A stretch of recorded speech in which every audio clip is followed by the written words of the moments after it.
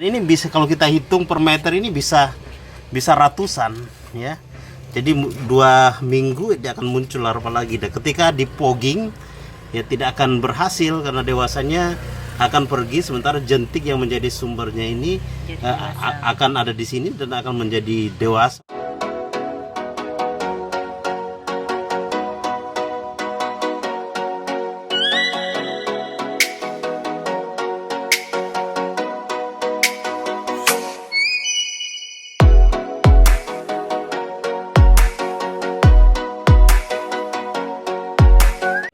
Kami melakukan inspeksi, ternyata sumber nyamuknya itu yang pertama itu di selokan pembuangan yang menuju ke akhirnya nanti akan ke danau.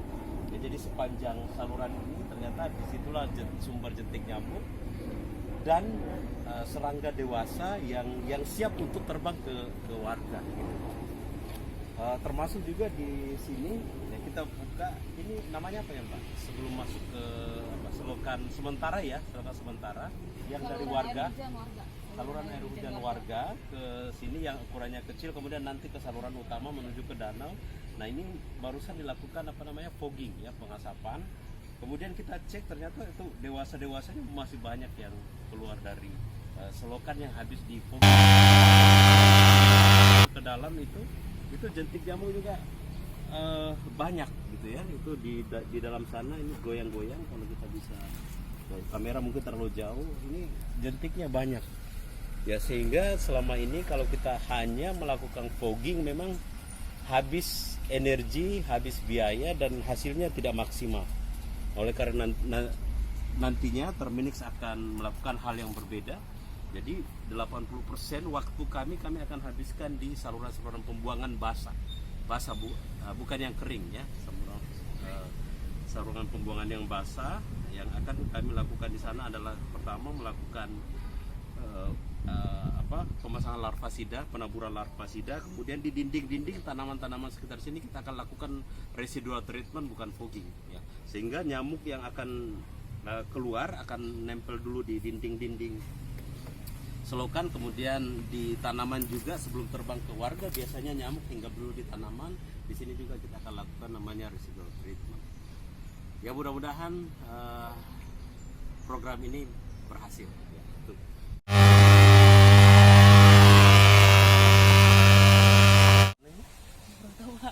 Saya belum pernah syukurnya. Berarti gini, apa kita mau ke sana? Pas waktu Bapak fogging, berarti ini Bapak kasih dulu dong perlakuan ya. Ya semua tanaman ini ya berarti ya. Oke. Sepanjang hutan mangrove di luar Ebony, ternyata ini juga jadi sumber nyamuk banyak banget. Jadi kalau teman-teman lihat, Bapak Ibu lihat nih, ini di celana nih, itu ya lagi terbang, padahal ini masih jam berapa? Jam 4 ya. Ya, saya nggak tahu kalau malam. Ya sehingga memang sepanjang sepanjang hutan hutan apa? Mangrove. Hutan mangrove ini memang harus dilakukan pengendalian ya. Mungkin tadi sama kita akan lakukan residual treatment di sepanjang pagar sini. Kemudian mungkin di sananya kita akan cek untuk penggunaan larvasida ya. Karena kalau tidak pengendalian nyamuk di sekitar sini, pengendalian nyamuk, kita akan melakukan residual treatment di sepanjang danau buatan ini. Kita akan lakukan residual di sana dengan menggunakan alat namanya mist blower. Jadi tujuannya apa? Tujuannya supaya ketika ada nyamuk yang dari danau ini, dia terbang, dia tidak langsung terbang ke atas sana, tapi dia akan hinggap dulu di tanaman-tanaman ini. Akan berkurang karena kita sudah kendalikan di dekat-dekat sumber perindukannya. Gitu. Jadi sepanjang danau ini kita akan lakukan residual treatment. Ternyata sumber nyamuk itu di tempat ini adalah di saluran-saluran air. Memang sepintas tidak terlihat adanya nyamuk, tapi ketika kita detail melihat lebih dalam, kita coba lihat yang bergerak di dalam air itu ya, coba di zoom. Ini calon nyamuk semua nih. Dan ini bisa kalau kita hitung per meter ini bisa ratusan ya.